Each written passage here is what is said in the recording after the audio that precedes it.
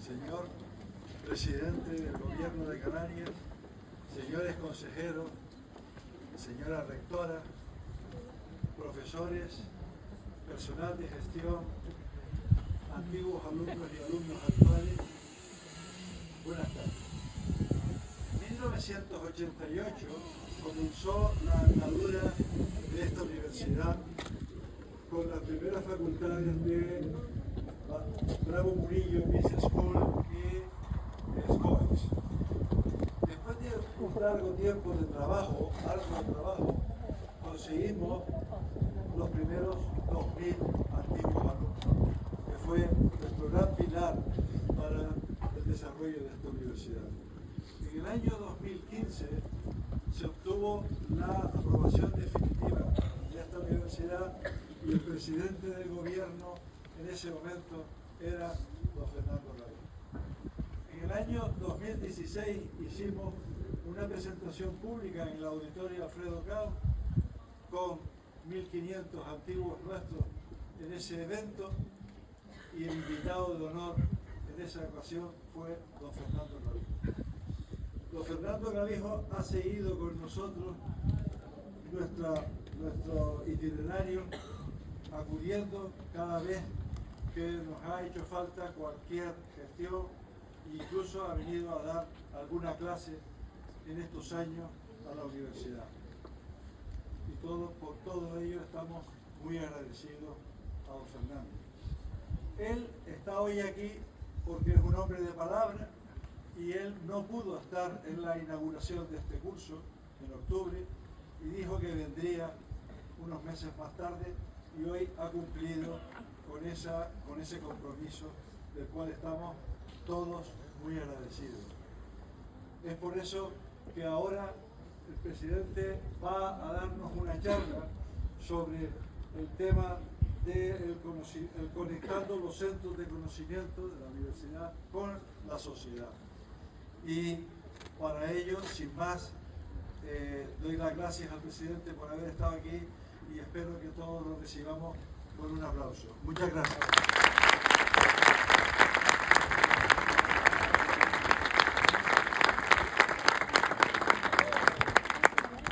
Bueno, muchas gracias, presidente, rectora, a la Universidad del Atlántico Medio, por permitirme compartir un ratito con todos ustedes.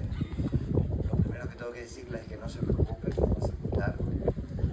Lo más importante va a ser luego las preguntas y lo que podamos intercambiar, porque no siempre tengo la oportunidad de poder estar dirigiéndome a gente joven, con inquietudes, con ganas de hacer y de cambiar las cosas, con muchísimo tiempo y vida por delante y en pleno proceso de formación.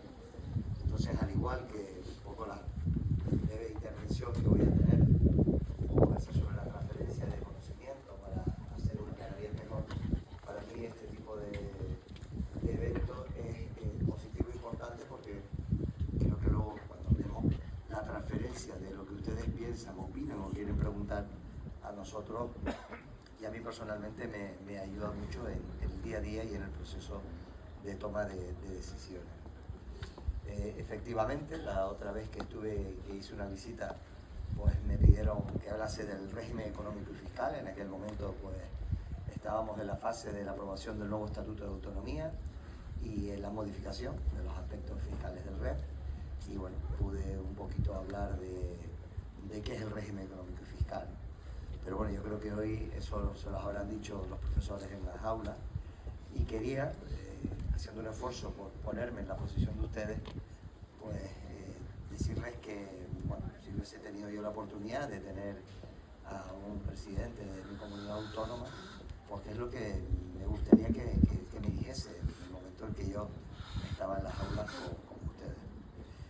Y yo esa reflexión, lo primero que les tengo que transmitir es que al margen de los problemas que tiene Canarias y de las dificultades que tenemos inherentes pues, a ser un archipiélago, a ser una región ultraperiférica, al estar geográficamente en África, siendo Europa y muy lejos de Europa, muchas generaciones han trabajado para salir de su desarrollo, donde aquí lo que había antes pues, era una sociedad basada básicamente en la agricultura. A principios del siglo XIX apenas éramos 300 y poco mil personas en este archipiélago, y con muchísimo esfuerzo y muchísimo trabajo nos hemos convertido en el día de hoy pues, en una comunidad autónoma que es un producto de éxito desde el punto de vista turístico. Cada año vienen 20.000 personas más a vivir a nuestro archipiélago porque les gusta vivir y ser canarios en nuestro archipiélago, y que en este preciso momento lo que tenemos es que reflexionar entre todos si eso se puede sostener en el tiempo, y si ustedes cuando salgan de las aulas y se incorporen a la función pública, al sector privado, tengan actividades profesionales y que les va a tener que tomar las decisiones, si el legado que les vamos a dejar a todos ustedes de verdad es un legado mejor, o si por el contrario seremos una generación que habremos fracasado y que dejaremos una Canarias peor a la que nosotros nos encontramos. Y ese es el debate que ahora mismo estamos teniendo.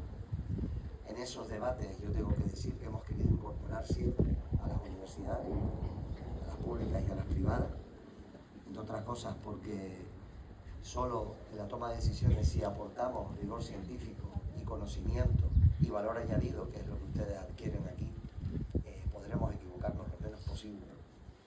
Y ahí es donde hoy yo querría centrar en las preguntas que ustedes me quieran hacer, o algunas, si me permiten, que yo les pueda hacer a ustedes para saber qué es lo que opinan.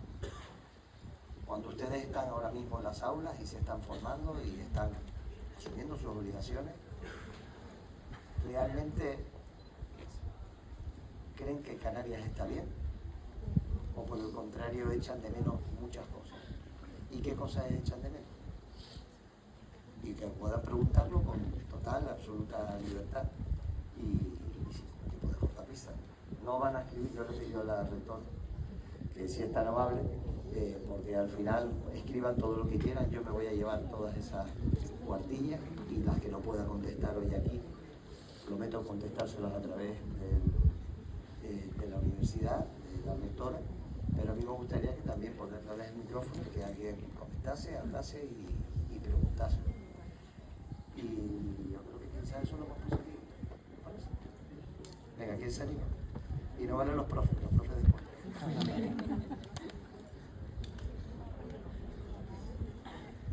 ¿Quién se anima a preguntar?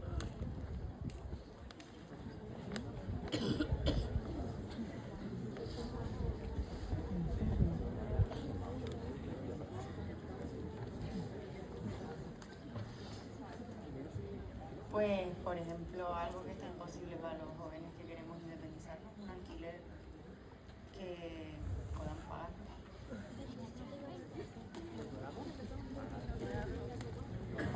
Bien, problema de la vivienda.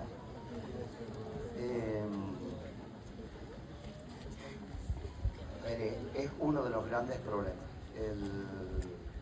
¿Qué es lo que ha ocurrido? En el año 2008, hago un poquito de historia. En el año 2008 se produce un crack en Estados Unidos, básicamente, con la subprime, que era una especie de hipotecas dadas sobre unas viviendas, y genera que el sistema financiero, primero en Estados Unidos, pero luego fue contagiando al resto del mundo y llegó también a Europa y a Canarias, la famosa crisis del ladrillo, pues petase, perdón que lo diga así coloquialmente. Entonces, a partir de ahí se generó una crisis económica muy importante. En aquel momento yo era alcalde, dio muchos ajustes en los presupuestos públicos, en fin, aquello pues tuvimos una recesión importante y se vinculó, que era, insisto, a una crisis del ladrillo donde muchísimas empresas constructoras acabaron quebrando y se paró el sector de la construcción. Tanto es así que todavía a día de hoy, eso fue en el 2008, duró hasta el 15 o 17, pero estamos en el 25 y el sector de la construcción en Canarias no se ha recuperado. Por lo tanto, se dejó de construir mucha vivienda. En aquellos años previos a la crisis se estaba construyendo en Canarias del orden de 30.000 viviendas al año. Ahora, con suerte, 3.000, y ha generado un problema de oferta. Hay un problema de oferta y es que no se construye la vivienda necesaria para poder suministrar toda la gente joven que viene a vivir y que realmente quiere alquilar o comprar una vivienda para poder desarrollar.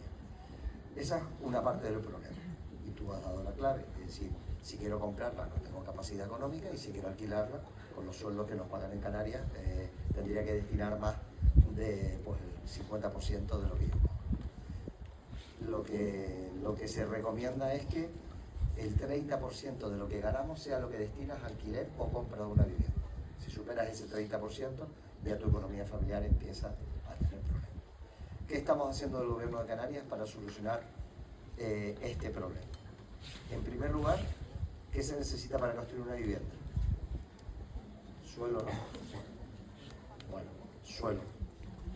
Pues lo primero que necesitamos es el suelo, espacio y dinero también. El suelo. Lo que hemos hecho es un decreto que se aprobó, fue uno de los primeros decretos que aprobamos en esta etapa del gobierno, en el que permitimos y facilitamos la transformación jurídica del suelo, incluso suelo que no estaba destinado para vivienda, pues lo estamos destinando, o sea, facilitamos que se pueda convertir en solares para que se pueda construir. Con lo cual, lo primero que hemos tratado de facilitar que haya más suelo para construir más vivienda. El segundo problema que estamos intentando resolver para tú construir una vivienda, margen de los proyectos y buscar el dinero, las entidades financieras, tú al final tienes que pedir una licencia al ayuntamiento. El tiempo medio que estamos tardando en Canarias en dar una licencia es en torno a 2 años. Pues imagínate, ¿no? Pues ahora vamos a poner un decreto, probablemente sea en el mes de marzo, donde facilitamos a los ayuntamientos que se puedan coger un convenio y que los colegios profesionales puedan no dar la licencia porque no es legal, pero que sí puedan hacer todo el informe para que sea luego el ayuntamiento el que dé la licencia. Con lo cual, si tenemos suelo y tenemos las licencias mucho más ágiles, tenemos que buscar las empresas que ya están surgiendo del propio mercado y que tendrán que hablar con las entidades financieras para poder financiar y construir. Pero ahí estamos actuando por la oferta. Es decir, vamos a poner más viviendas en el mercado. Pero es que en Canarias, aproximadamente, se habla de 200 y pico mil, pero no es así. Puede haber a lo mejor 80 o 90.000 viviendas que están y que no se alquilan y que tampoco se venden. Por lo cual tenemos que actuar también en la otra vertiente. Ahí el Gobierno de Canarias tiene las manos atadas. Eso es una legislación estatal que lo que hizo en su momento es cambiar las reglas de juego. Hay un equilibrio entre quien alquila, arrendador y arrendatario. O sea, el propietario de la vivienda que te la alquila es el arrendador y quien lo alquila serían ustedes, serían los arrendatarios, donde se han priorizado los derechos del arrendatario por encima a los del arrendador. Puede ser positivo o no, yo eso no lo entro a valorar, tengo mi propio criterio, pero la realidad es que mucha gente tiene miedo de alquilar porque si te dejan de pagar no lo puedes desalojar. Y hay muchísima gente que dice, oye, no lo necesito, a lo mejor podría alquilarlo, pero tengo miedo de que al final, pues cuando se me metan, no lo puedo sacar, me destrocen el piso, o muchísima gente que a lo mejor dice, oye, yo con esto complemento mi jubilación. Y ahí nosotros, eso es la ley de vivienda que se hizo en el Gobierno de España, en el Congreso de los Diputados, no podemos entrar, lo que sí podemos es incentivar, y es lo que estamos haciendo. Si lo alquilas y lo percibes la renta, yo propietario lo alquilo, percibo renta, primero te pongo ventajas fiscales, no tengo que pagar por esa renta, con lo cual, oye, incentivo, ya ganas ahí un poquito, y luego por otro lado, con el ISOCAN y el Servicio Canario de la Vivienda, lo que estamos es diciendo, oye, si lo alquilas a lo que se llama alquiler sostenible, nosotros te garantizamos que te pagamos el esto, tú nos los das y ya se encarga Visocam de alquilarlo.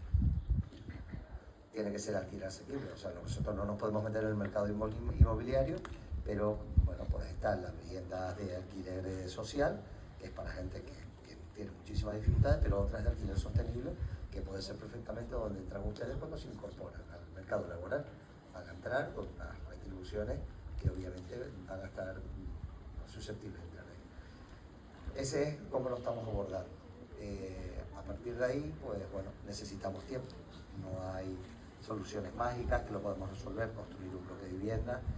Estamos haciendo vivienda pública, pero eso no resuelve el problema de la vivienda. El problema de la vivienda es básicamente por eso gente que llega o que se quiere incorporar. Venga.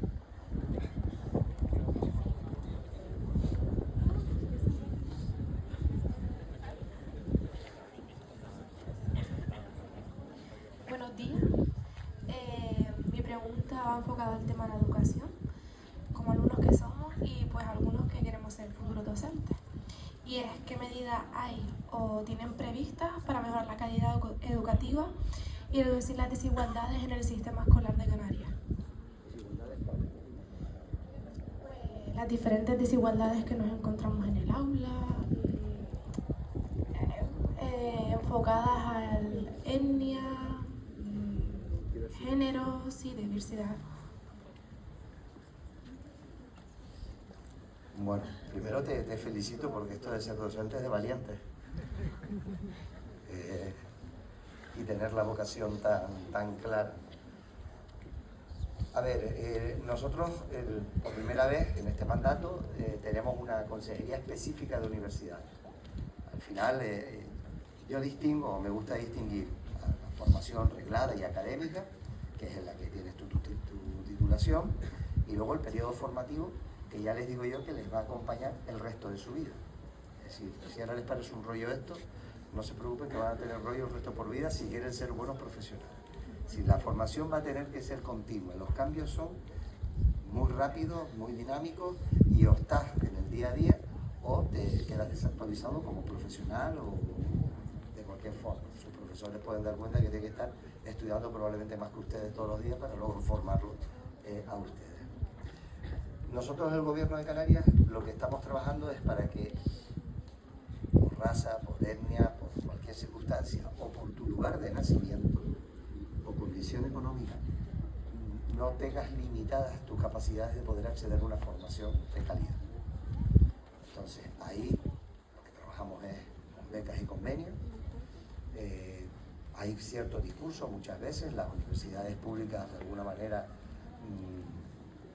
pues querían o han sido reacias continuamente a que abran nuevas universidades como esta privada.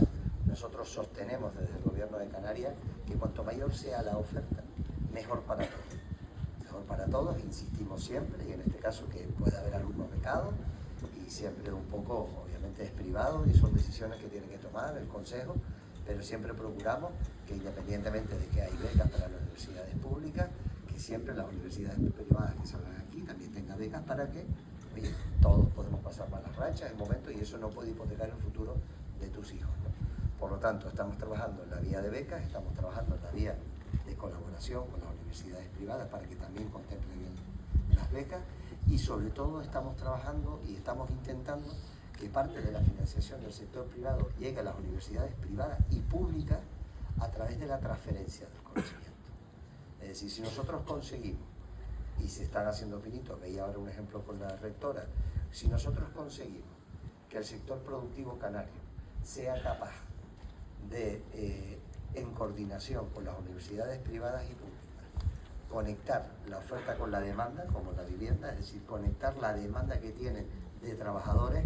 Veíamos hoy, por ejemplo, la elaboración de videojuegos o de realidad virtual, o la industria que está muy pujante del cine, que tiene mucho que ver ahora con la industria de animación. Nos han dado 2 Goyas, podemos estar orgullosos de empresas canarias con talento canario, de chicos y chicas jóvenes que han formado y que acabamos de tener 2 Goyas en 2 películas de animación hace 2 días. Con lo cual, desde ahí, desde esas políticas públicas, nosotros lo que podemos es hacer eso. Y luego habilitar los espacios y los orientadores y coordinadores que los centros, no esto es una universidad, pero centros, institutos y colegios, tener una vigilancia muy activa para poder detectar esos casos en los que, bueno, pues por razones X, pues se puede generar algún tipo de conflicto de alguien que no se sienta integrado, que tenga una diversidad, que tenga un espacio, un sitio donde contarlo y podamos intervenir. No sé si te he contestado.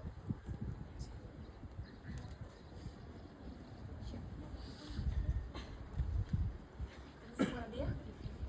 Yo me atrevería a decir que la inmensa mayoría de los contenidos que componen el aprendizaje en los colegios son mayoritariamente memorísticos, lo que no fomenta el pensamiento crítico de los niños y de las niñas. Y entonces mi pregunta es que si no cree que el sistema educativo está completamente obsoleto.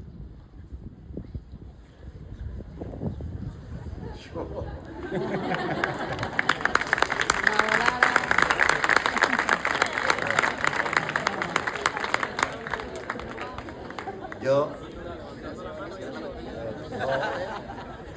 no puedo, a ver, me parece muy difícil lo que hacen los profesores en el día a día, ¿no? O sea, yo sí puedo hacer autocrítica, y la autocrítica que hago es que en muchas ocasiones los partidos políticos utilizan la educación desde un punto de vista más ideológico que académico, y por eso se van cambiando las leyes cada poco. Es decir, cada vez que hay un cambio de gobierno se cambia la ley y se genera esa distorsión.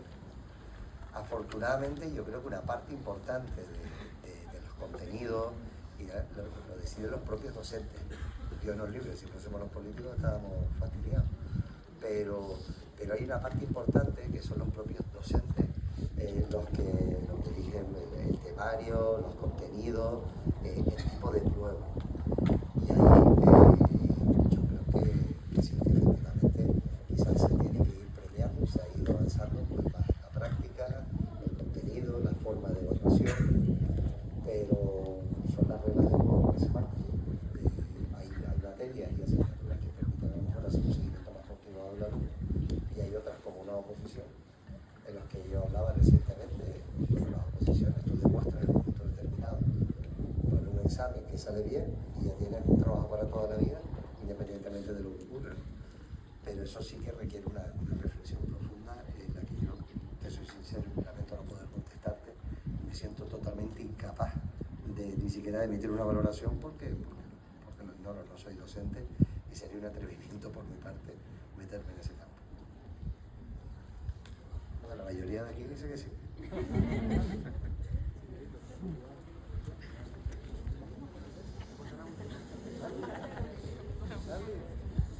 Buenos días, muchas gracias antes de nada. Mi pregunta va relacionada sobre, en los últimos tiempos se ha dado una gran inmigración no regulada en las islas. En este caso, ¿cómo se tiene planeado manejar ya no esa inmigración, sino la escolarización de los jóvenes que vengan a nuestras islas, que lo hagan de forma ilegal?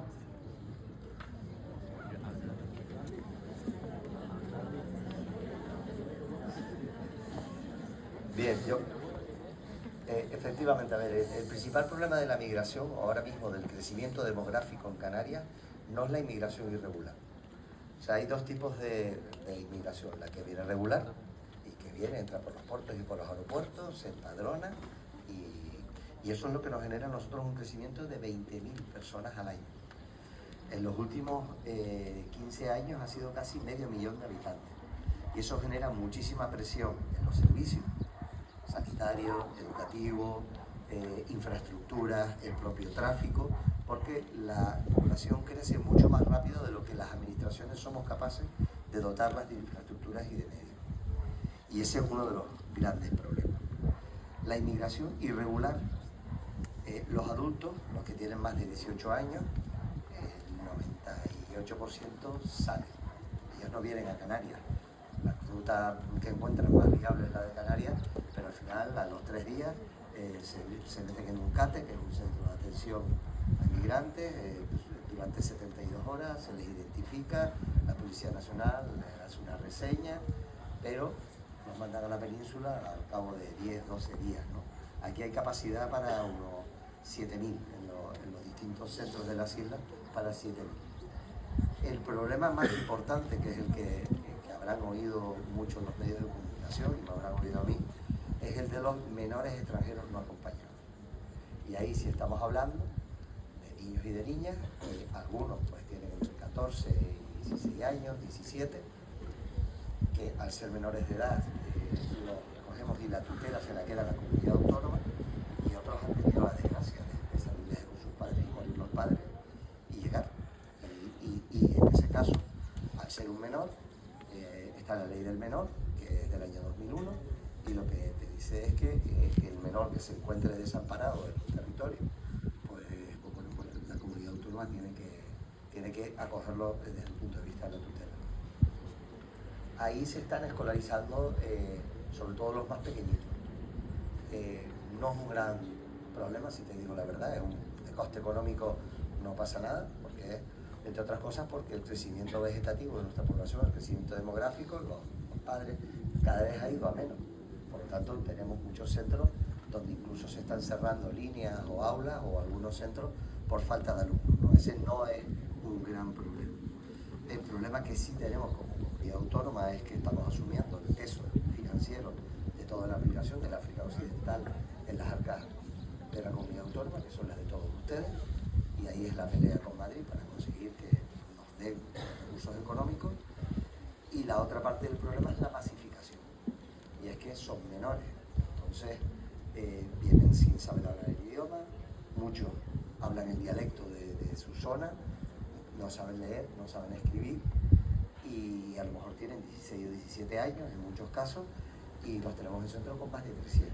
Entonces la atención que le podemos dar, desde luego, no es la que tienen derecho por los tratados internacionales, y desde luego la que de verdad va a permitir que en un momento determinado, cuando salgan al mercado laboral, o cuando salgan porque cumplirán 18 años y dejan de estar en ese recurso, permitan tener y ganarse la vida. Y ese es un problema que a nosotros nos preocupa del presente, pero del futuro. Es decir, al final esa gente no tiene permiso de trabajo, no tiene las habilidades necesarias, es una irresponsabilidad. Y bueno, y ese es un asunto que bueno, que no solo es de Canarias, que es de Europa, que es de España, y que desde luego esperemos que entre todos empujemos para poner un poquito de cordura.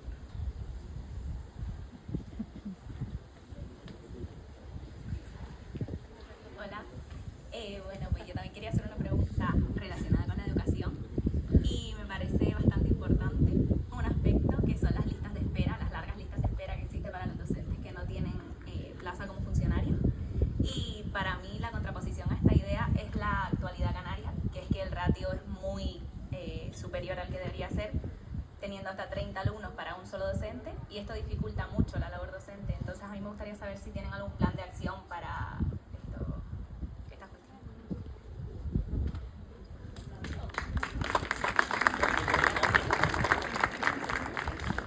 Sí, vamos a ver.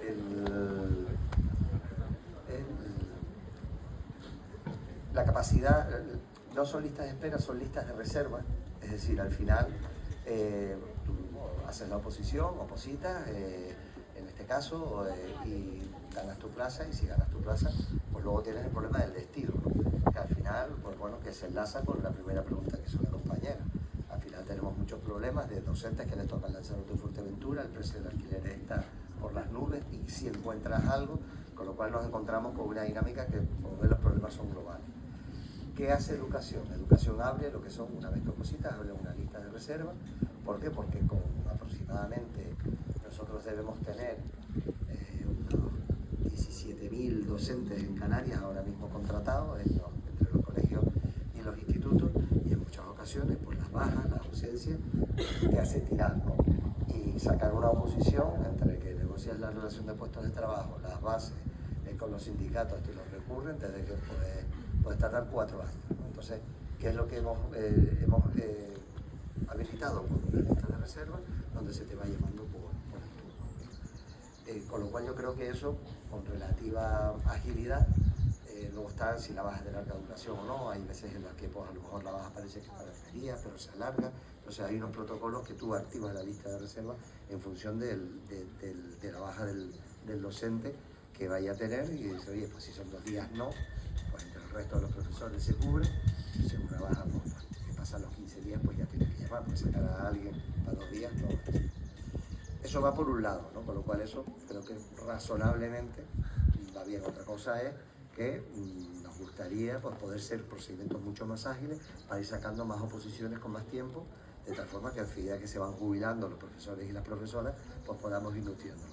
Pero, y eso es culpa nuestra, digo nuestra, de las administraciones públicas, hemos generado un proceso tan garantista que es demasiado lento y nos lleva pues, a la interinidad de muchos profesores de toda la función pública, tanto es así que Europa a España le ha metido una sanción y son los procesos de estabilización que habrán oído. Es decir, y al final, pues,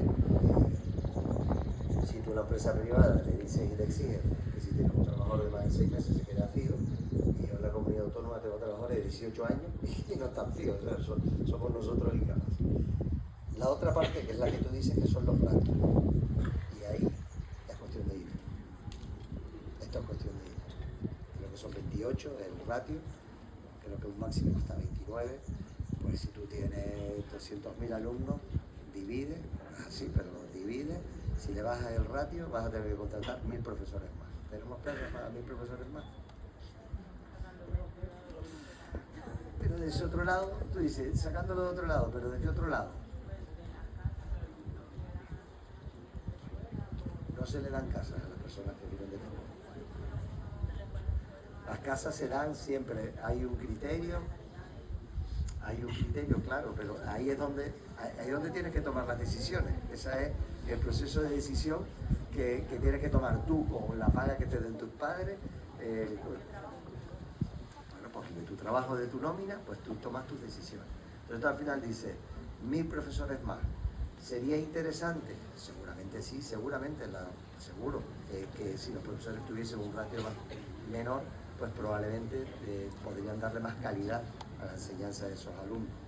Pero también te digo que 1.000 profesores más, que a lo mejor pueden ser por 100 millones de euros, los tienes que sacar de un presupuesto donde 4.600 millones de euros se te van en sanidad. Tienes 1.700 millones de euros se te van en educación y tienes que ajustar. Entonces, de verdad que no somos muy buenos, pero no somos tan malos como para no haber analizado esa decisión, como tienes que ir buscando. También te digo, no estamos en unos ratios disparatados con la media Europa. Al final te comparas con Finlandia o te comparas con Suecia, pero son países con 5 o 6 millones de habitantes, no 40 o 50 millones que tiene España. Con lo cual, todo es relativo en función de cómo compares. Pero sí es una demanda de los sindicatos, sí es una demanda también de los alumnos seguramente, y es un tema que poco a poco iremos bajando los ratios. Ya te digo que, bueno, en mi época, hace muchos años, ahí estábamos todos.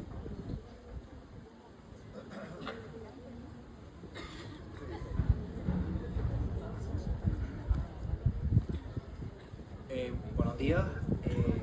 A día de hoy, Canarias cuenta con una tasa de desempleo juvenil desde los 16 hasta los 24 años de más del 25%, una de las más altas de todo el país. ¿Qué políticas están implementando desde el Cabildo para reducir dicha tasa y para que todos los aquí presentes podamos tener un trabajo y un buen futuro?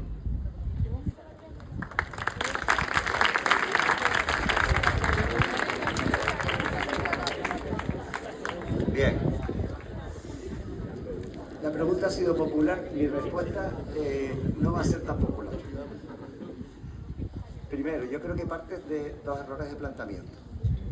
Está bien que tú digas qué es lo que hace el gobierno o el cabildo. Pero ¿qué estás haciendo tú? Porque ese dato que tú has dado, cuando tienes una titulación universitaria, que es lo que estás haciendo, baja casi en 15 puntos. Por lo tanto, si te formas, si trabajas, si te formas para formarte, no estarás dentro de ese 25%. ¿Por qué? Porque cuando analizas el dato globalmente, es cierto, pero es que el porcentaje sube enormemente si no tienes una cualificación. Hoy te digo, con todos los sectores que nos unimos, esta mañana estuve en el 10º aniversario de una empresa que saca CO2 con vidriera, o sea, en todos los sectores, con el industrial, con el turístico, todos te dicen que no encuentran trabajadores. No encuentran trabajadores y los que encuentran no están tan formados. mejor no la formación.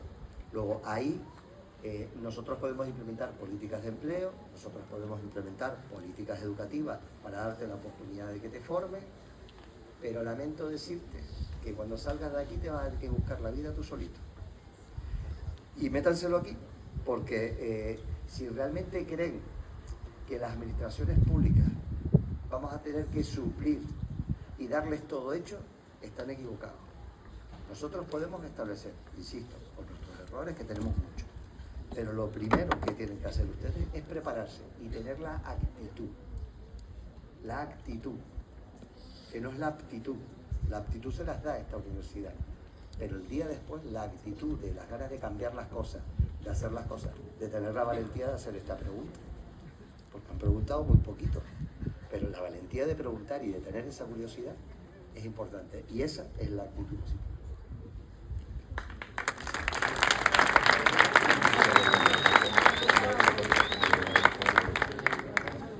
Buenos días. A ver cómo la formulo para que lo entendamos bien. Al final, como ya dijo usted, somos potencia en turismo y en verdad te agradece porque somos un archipiélago y dependemos muchísimo del exterior, y que tengamos esa fuente de ingreso, el turismo es parte bueno. Pero llevamos unos años con una problemática grande, que es el turismo masivo, lo cual afecta en diferentes ámbitos, la vivienda, en muchísimos ámbitos.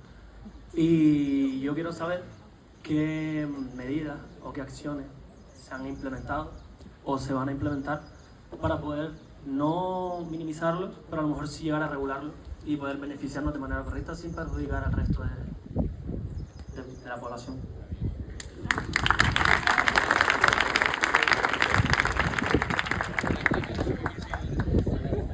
Sí, vamos a ver, aquí ha habido varios productos. A ver, nuestra principal fuente de riqueza, como tú bien has dicho, es el sector turístico. El sector turístico mueve del orden del 36% de nuestro Producto Interior Bruto. Yo creo que incluso ahora ya está un poquito más, tenemos los datos del 24, y casi el 40% de empleo de manera directa e indirecta. Por lo tanto, ningún pueblo renuncia a su principal fuente de riqueza. Pero ese que tú has planteado es el debate en el que estamos inmersos ahora todas las administraciones públicas y la sociedad en general.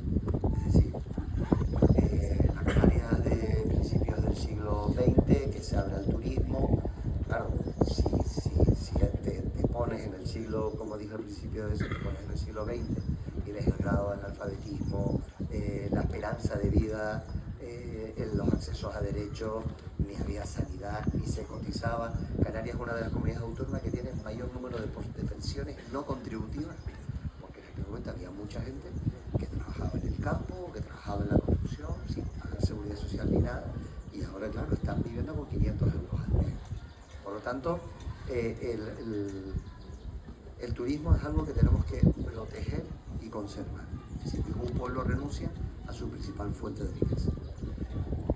¿Qué es lo que ha ocurrido?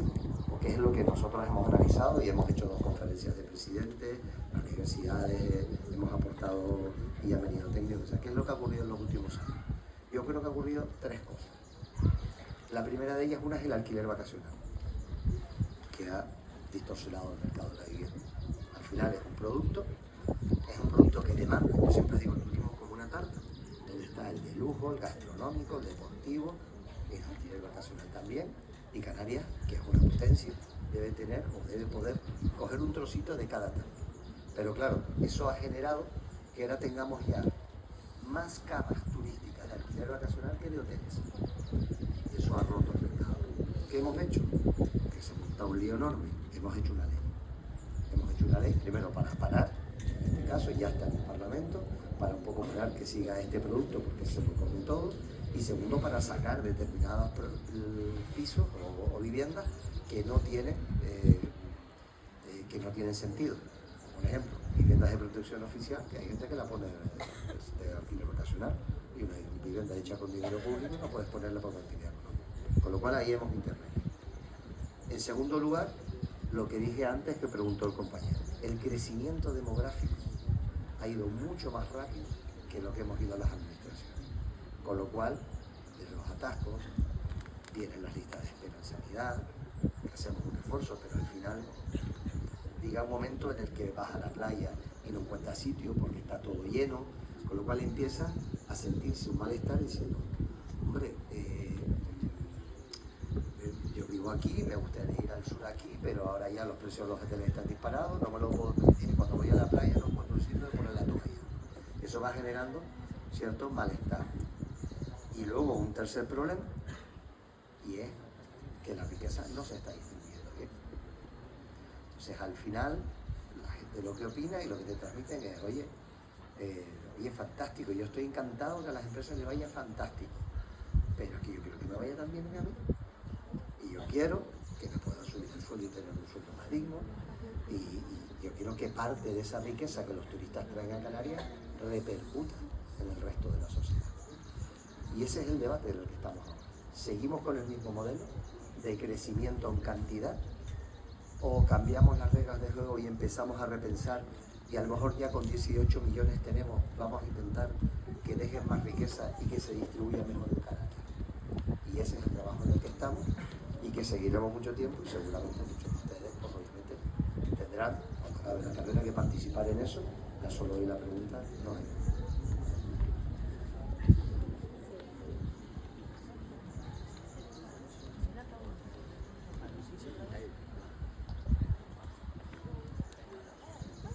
Buenos días. Como usted comentó antes, vienen 20.000 personas nuevas para vivir a las islas cada año, entonces mi pregunta es si tienen pensado de alguna manera de controlarlo, porque a fin de cuentas vivimos en una isla y los recursos son bastante finitos en cuanto a tierra y, como usted comentó, sanidad y todo lo demás. Entonces, si tienen algún plan a largo plazo o corto.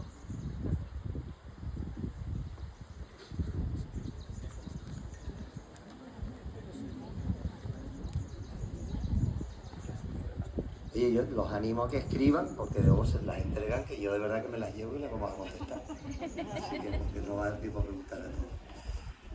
Mira, la pregunta que haces tú es algo ahora mismo que está de plena actualidad. Y es, formamos parte de la Unión Europea. Los profesores las habrán dicho lo del espacio Schengen, obviamente, ¿no? Los principios de la Unión Europea, cuando se creó, era la libre circulación de trabajadores, personas y capitales y mercancías. Con lo cual, dentro del espacio de la Unión Europea, pues obviamente en este momento, en este preciso momento, nosotros no podemos limitar la residencia. Estamos trabajando en el gobierno con los asuntos europeos precisamente para cambiar esas reglas de juego. Hay otros países de la Unión Europea que en su momento, cuando se adhirieron, en el proceso de negociación, establecieron unas condiciones. Puede ser desde Finlandia hasta Malta, donde algunos ponían limitaciones para la compra de vivienda, limitar la compra de vivienda a extranjeros, o se les ponía más impuestos en unos casos, o en otros se les exigía 3, 4, 5 años de residencia en el país para poder adquirir la vivienda. Hay otros que inclusive han limitado la posibilidad hasta los 3 años para poder darle, en este caso, la residencia a un ciudadano, pero cuando España se incorporó, no puso ninguna de esos criterios. Pero claro, la España que se incorporó en su momento de la Unión Europea era la Europa de los 3. Ahora estamos hablando de la Europa de los 26, 27, hasta que se fue el Reino Unido. Y las circunstancias han cambiado mucho. Nosotros de Canarias estamos empeñados, y hemos empezado en Bruselas, precisamente a hablar de esa necesidad de ley de residencia. De nosotros poder en un momento determinado poner obstáculos o trabas precisamente para que ese crecimiento que nos está generando una importante distorsión de servicios y de incomodidad, poder regularlo o atemperarlo. Esa batalla va a ser larga, va a ser dura, porque cambiar las cosas en Europa son muy complicadas, pero tenemos el paraguas de que somos región ultraperiférica. ¿Sabes lo que es una región ultraperiférica, no? Sí, se lo explicaron.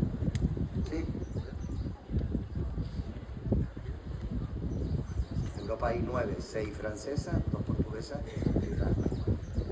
Las regiones ultraperiféricas, que somos territorios alejados de Europa, frágiles, fragmentados, casi todos archipiélagos, salvo la Guayana francesa, pues de alguna manera tenemos un artículo que es el 349 del Tratado de Funcionamiento de la Unión Europea, que dada nuestra fragilidad, pues obviamente permite permite que determinadas leyes sean aplicadas de manera distinta.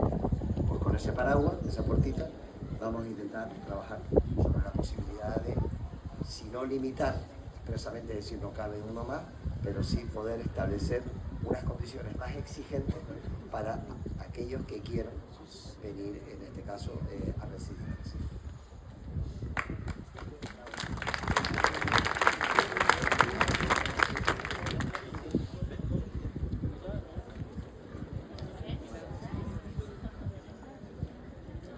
A partir del 1 de enero de 2025, los trabajadores que perciban el salario mínimo interprofesional van a tener que tributar por cobrar la cuantía mínima que un empleador puede pagar a sus trabajadores.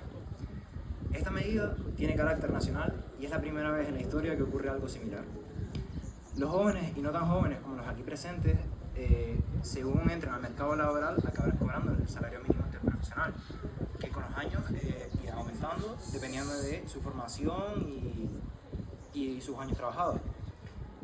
Entre las competencias del Cabildo estaría el dotar ayudas a los que cobren el salario mínimo o ayudar con algunas bonificaciones para aliviar esa carga en el IRPF.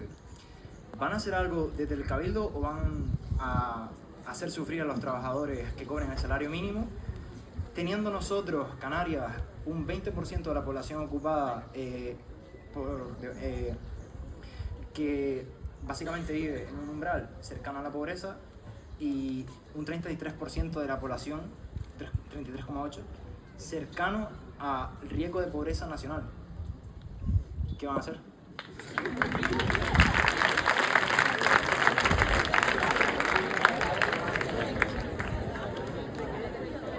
A ver, es el gobierno, no el Cabildo. El Cabildo es el gobierno de la isla.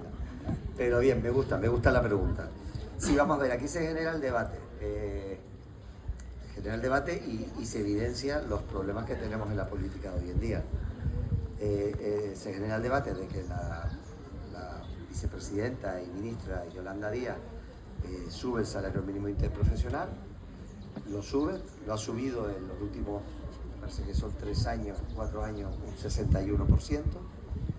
Y ahora luego no voy a meter yo en un charco, pero ahora hablamos de eso. Y como el Departamento de Hacienda lo lleva otro partido, la ministra de Hacienda y vicepresidenta primera lo que dice es, vale, perfecto, pero yo no voy a exonerar. Es decir, saltas de tramo, como saltas de tramo, pues el mínimo exento, a ver, hay un mínimo, según las retribuciones que tú recibes al año, hay un mínimo que está exento, por lo cual no tienes la obligación de pagar el IRPF, que es lo que el impuesto de la renta sobre las personas físicas. Al tú saber subir el salario mínimo interprofesional, todos esos trabajadores que antes estaban exentos de pagar van a cobrar pues, 50 euros más al mes, creo que era, y esos 50 euros mes hace que saltes y que tengas que pagar. Con lo cual dice, oye, te subo 50 euros del sueldo, que no se lo suben ellos, que se lo suben las empresas privadas, pero de ese 50%, de esos 50 euros al mes, Hacienda se te va a quedar 20 y pico, ¿no? Con lo cual la subida queda un poco ridícula. Y se monta la pelea política, que he quedado altamente informado. Después me da el teléfono y se monta la gresca política, si está exento o no está exento, ¿no? Como tú bien has dicho, según te incorpores al mercado laboral, pues oye, el trato que puedas. Y además afecta especialmente a ustedes, me refiero, porque si tienes al final, si tienes familia, si es una pareja, si tienes hijos, al final con las deducciones acabas quedándote ahí. El problema no es el punto de vista que yo interpreto, es que el problema no es precisamente esos trabajadores que se incorporen. El problema es que si tú ese mínimo exento lo subes al salario mínimo interprofesional, no solo son los trabajadores, sino un montón de gente la que va a dejar de pagar. Y eso le va a generar al Estado un agujero de unos 1.000 millones de euros. Y ahí es donde está la bronca. La ministra de Hacienda dice que no quiere ceder porque no puede reducir eso, y la ministra de Trabajo dice, oiga, sí, usted... Yo personalmente creo, con sinceridad, que si tú subes el salario mínimo interprofesional, que es lo mínimo con lo que vives, si tomas esa decisión, tiene que estar exento. Si no, es una ridícula. Es decir, de cara a la galería, yo lo subo. El salario mínimo interprofesional es lo que mínimamente tú tienes que cobrar para poder vivir con dignidad. y no estar en ese 33,8% de riesgo de exclusión social. Oiga, si tú has tomado esa decisión política como gobierno, oye, se supone que no te voy a quitar dinero para pagar impuestos, porque es lo mínimo. Ahora, ¿dónde creo que ya ha estado un error? Es que están vinculando los salarios al IPC, que es a la inflación. Los salarios tienen que estar vinculados a la productividad. Y si la productividad es alta, los salarios tienen que ser muy altos. Y lo que yo quiero es que en Canarias nadie cobre el salario mínimo profesional, sino que todos estén por encima, porque tenemos una comunidad autónoma, un sistema económico productivo, donde los trabajadores y las empresas aportan valor añadido, y eso se reparte de manera más justa entre los trabajadores. Con lo cual, eso es lo que yo deseo para el futuro de Canarias, que pero seguramente ustedes que lo trabajen lo conseguirán.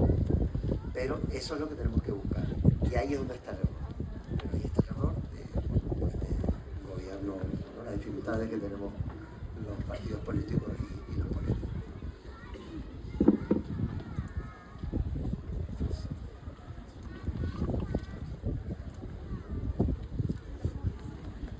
Buenos días, señor presidente. Yo soy ya muy antiguo alumno de SCOEX en su día y quería saber su opinión acerca del nuevo orden que adquiere un poco la economía mundial con la llegada de Trump, el follón del Golfo, de Oriente Medio, del norte de África. Evidentemente nos beneficia mucho a nivel turístico, un poco también a nivel puerto con el mayor tránsito de contenedores y de barcos, porque tienen que dar la vuelta al estrecho por el sur. Entonces, ¿cómo ve usted ahora con los cambios, con las tarifas arancelarias que quiere implementar Estados Unidos, con Europa? Yo sé que es un poco precipitado dar una opinión, pero bueno, evidentemente tendrá mucha más información que nosotros, ¿no?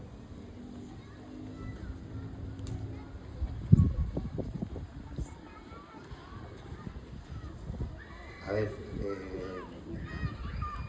yo lo veo con preocupación, con franca preocupación.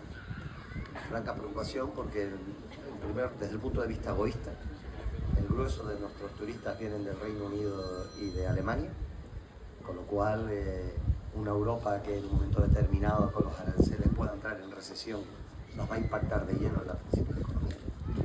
Vendrán menos seguro y además vendrán menos, gastarán menos y estarán menos tiempo. Por lo tanto, ahora mismo, y la reunión que no sé si es mañana pasado, que Macron ha convocado con los líderes europeos en París, para este nuevo orden mundial que parece que se está gestando, pues realmente lo veo con preocupación. Máxime cuando Alemania está metida en un proceso electoral ahora mismo, que vamos a ver qué gobierno y con qué fortaleza sale. Alemania ha sido generalmente el corazón y el motor de la Unión Europea, no está teniendo indicadores de crecimiento económico viables, y algo que Angela Merkel había mantenido con estabilidad el país durante mucho tiempo, ahora se ha visto inversores en inestabilidad.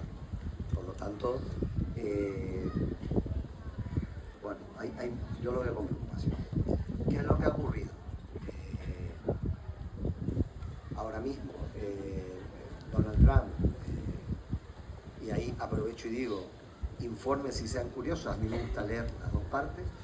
Donald Trump, que se podrá estar de acuerdo o no, ha ganado las elecciones y lo que ha dicho es American First, es decir, primero los americanos. Y su discurso es, ya está bien de que Estados Unidos tenga que financiar la guerra de Ucrania. Ya está bien que la balanza comercial entre Estados Unidos y determinados países siempre sea deficitaria para Estados Unidos. Y lo que ha llegado es a equilibrar eso. A corto plazo yo creo que le va a funcionar. Es decir, yo pongo aranceles, los aranceles es, si yo quiero exportar mochilas a Estados Unidos, pues Estados Unidos dice, a cada mochila que entre yo le meto un 15, un 20, un 25%. Dice, ¿por qué? Oye, porque yo dejo que tú importes las mochilas, pero resulta que cuando yo voy a mandar el acero para Alemania o para lo que sea, tú me cobras un arancelario. Y entonces continuamente iba teniendo una balanza de pago, una balanza comercial deficitaria para Estados Unidos, con lo cual se descapitalizaba. Él ha ido a una política proteccionista, ha dicho ya está bien de ser el Paganini de todas las guerras del mundo. Al final yo estoy en la OTAN, yo pongo dinero de mis presupuestos, pero resulta que los países a los que la OTAN se ha comprometido a proteger, resulta que no cumplen sus compromisos de aportar el gasto armamentístico. Y lo que ha generado es una pelotera enorme. Y yo creo que además de manera provocativa y consciente, yo siempre digo, bueno, con ese perfil de medio matón que tiene, ¿no? Pues al final ahora va a negociar con Chile, va a negociar con Putin las condiciones de la guerra de Ucrania, porque según él está pagando Estados Unidos y Europa no se compromete, no manda soldados, no se compromete a recursos económicos, pues yo no voy a tener esta sangría. Y nos va a meter, probablemente Europa nos va a meter en un proceso a medio plazo de recesión. Y esto va a cambiar un poco las reglas de juego. Por lo tanto, hay que hacer el seguimiento, hay que estar preparados. Nosotros somos minúsculos en medio del Atlántico, con lo cual nuestra capacidad de maniobra y de margen es muy estrecho, pero sí que ahora mismo se aventuran cambios en Europa, no solo ya políticos que están dando, sino de algunas políticas que desgraciadamente empezaremos a echar de menos algunas cosas.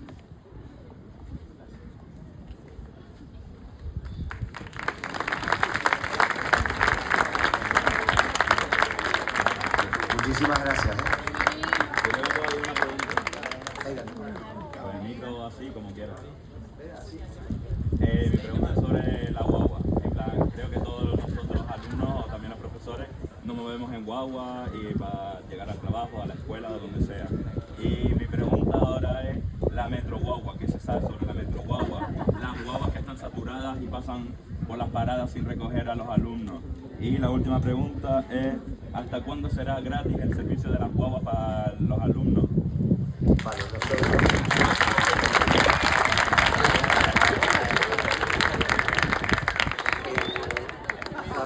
la parte del gobierno. Nosotros lo que negociamos en la Agenda Canaria, cuando se apoyó la investidura, nosotros negociamos que hasta el 2027, tenemos puesto que son 4 años, el transporte va a ser gratuito. Esta medida yo creo que ha sido positiva, muy positiva, no solo para los estudiantes que se han montado, sino al final estamos consiguiendo que el vehículo privado, un transporte público, ahora entramos si es eficiente o no, ¿vale? Que tiene razón con lo de la guaguayera, pero un transporte público gratuito compite con el vehículo privado desde un punto de vista económico. Tú dirías, hombre, lo razonable es que sea gratis para el que no pueda pagarlo y el que pueda que lo pague, pero es que los beneficios de que gente que pueda pagarlo deje el vehículo privado y coja el público son mayores que si no tuviese que pagarlo. Por lo tanto, al menos tenemos garantizado hasta el 2027 con el gobierno de España que sea gratuito. A partir de ahí, pues habrá que renegociar con los gobiernos. Por otro lado, la competencia del transporte insular es del Cabildo Insular, esa sí que es del Cabildo. Y ahí sé que se está haciendo un esfuerzo importante, a diferencia, por ejemplo, que en Tenerife, que la empresa de transporte es pública del Cabildo, que es TIPSA, aquí en este caso en Gran Canaria es una concesión que se tiene con guagua. Con lo cual, se están solicitando y se están incorporando guaguas nuevas para poder evitar lo que tú estás haciendo. Pero es que la dificultad que nos estamos encontrando es que te están dando hasta un año. O sea, tú cuando le pides guaguas nuevas a un productor, está tardando hasta un año en darte. Las guaguas no es como vas al concesionario y compras el coche y lo ves, ¿no?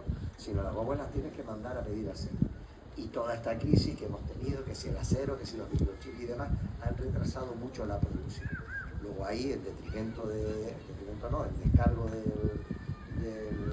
los cabildos, y en este caso del de Gran Canaria, que te afecta a ti, es que están teniendo serias dificultades para incorporar guaguas nuevas. La plantilla relativamente es más fácil. Nos hemos encontrado, y esto a ustedes les va a sonar a chino, pero antes cuando hacían la mini, sacaban los carnets de guagua y de todo eso. Como ya se los hace la mini hace un montón de años, toda esa gente que sacó los carnets se ha estado jubilando. Y hay un problemón para conseguir gente con los carnets. Lo que hemos hecho con el Servicio Canario de Mujer es habilitar proyectos escuelas y algunas empresas de transporte, cursos para desempleados, para que saquen el carnet de conducir, para poder conducir no solo las guaguas, que es importante, sino también los camiones y otros.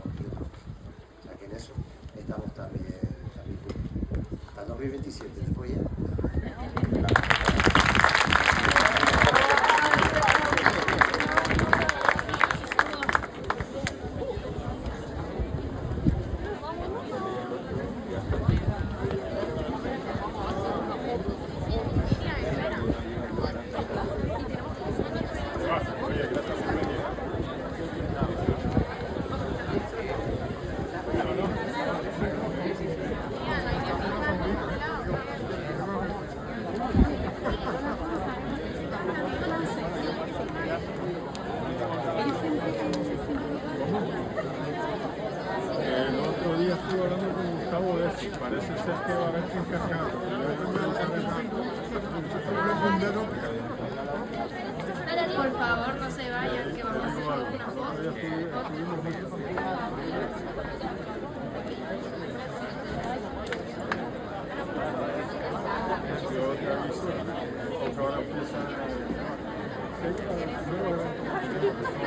la feria y demás hay, pero entiendo que por la proyección que se ha comentado, la oportunidad no se van a